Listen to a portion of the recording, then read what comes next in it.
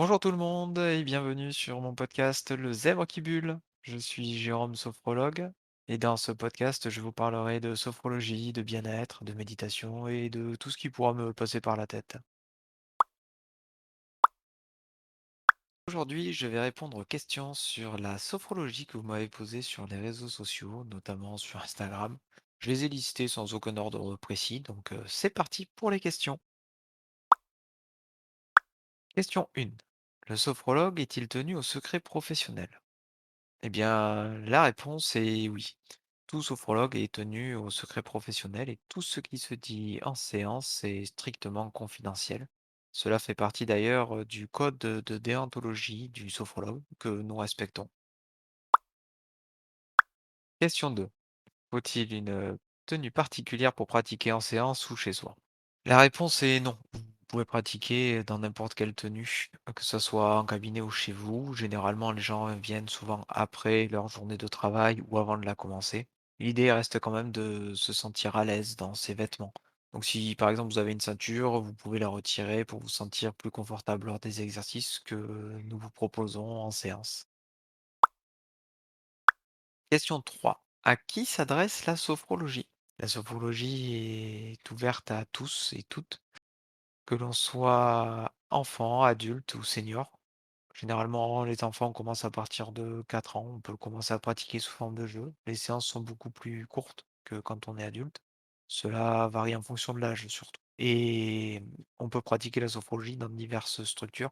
Ça peut être des clubs sportifs, des entreprises, des hôpitaux, mais également des associations. On intervient dans plein de domaines en fait. Mais tout ça, j'y reviendrai dans un autre épisode.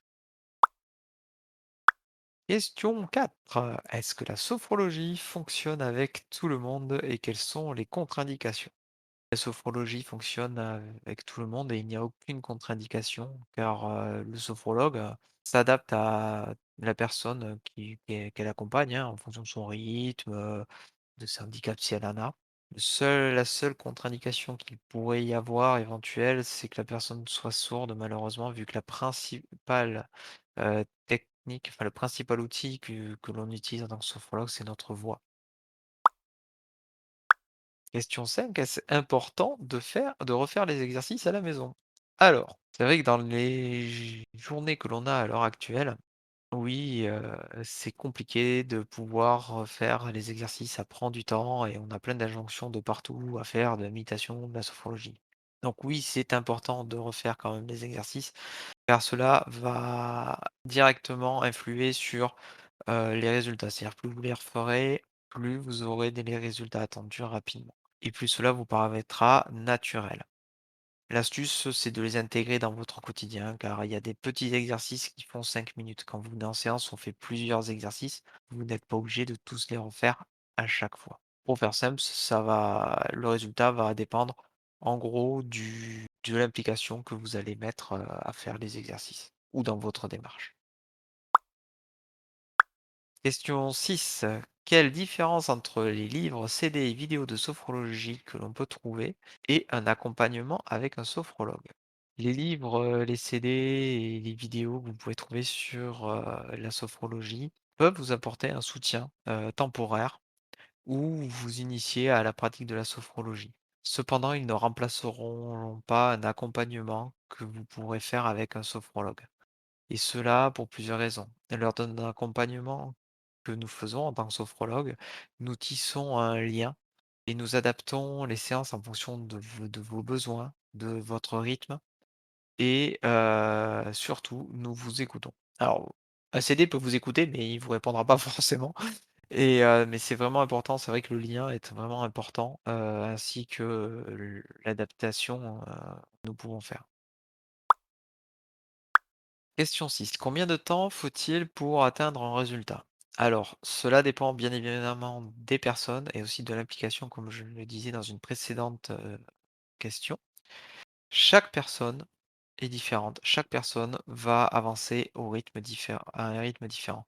À savoir que le sophrologue est là pour vous guider. Le travail et la transformation sur la démarche que vous allez effectuer, c'est vous qui la faites. Généralement, on compte entre 10 et 12 séances, mais cela, vraiment, ça dépend des personnes. Question 7. Quelle est la différence entre la sophrologie, l'hypnose et la méditation? Ça, c'est une très bonne question. C'est vrai que d'un point de vue extérieur, on pourrait dire que tout ça, c'est un peu la même chose. Vous verrez qu'il y a des points communs et des différences, mais les trois sont différents.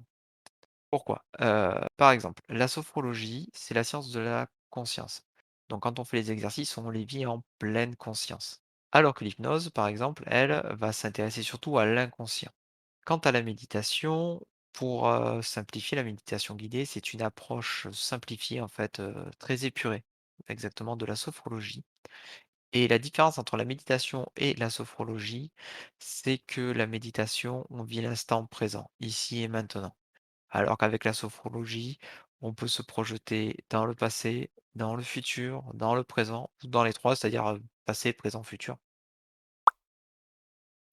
Est-ce que la sophrologie, c'est comme la psychologie?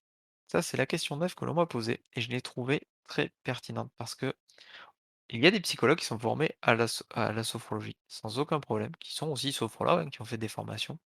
Donc effectivement, l'amalgame, on peut vite le faire. Alors la réponse est non, bien évidemment, les approches sont différentes. Je m'explique.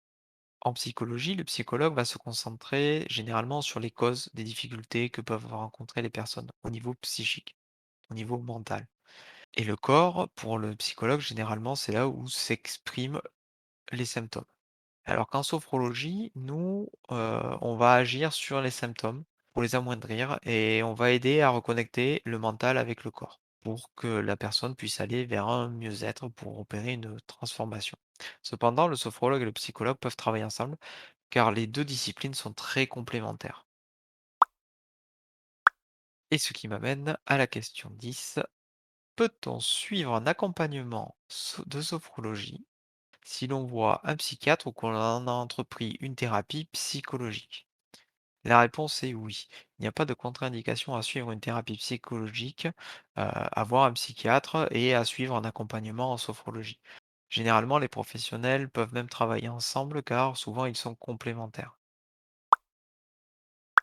Question 11. Est-ce que la sophrologie peut remplacer un traitement médical ou une thérapie? En aucun cas, je dis bien en aucun cas, la sophrologie ne peut remplacer un traitement ou un avis médical, ou même une thérapie, quelle qu'elle soit. Cependant, la sophrologie peut aider dans les accompagnements de pathologies, qu'elles soient aiguës ou chroniques, en donnant aux personnes des ressources complémentaires et supplémentaires. Le sophrologue se doit de respecter son code de déontologie et de respecter ses limites. Il n'est en aucun cas habilité à prescrire ou à poser un diagnostic médical ou même à se prononcer sur la validité d'un traitement entrepris par une personne. Merci à toutes et tous de m'avoir posé toutes ces questions. J'ai essayé de les regrouper parce que plusieurs questions étaient très similaires, donc j'espère n'avoir oublié personne. Si vous avez d'autres questions, n'hésitez pas à me les envoyer sur Instagram ou sur les différents réseaux sociaux. Vous avez les liens dans la description. Voilà, donc vous en savez un peu plus sur moi et puis sur la sophrologie. Maintenant, étant aussi un geek dans l'âme, je vais retourner sur Valheim. Je vous laisse écouter la suite de mes podcasts qui aura lieu environ tous les 15 jours. Si vous avez aimé, bah, partagez ce podcast. Et puis surtout, n'oubliez pas, prenez le temps de respirer.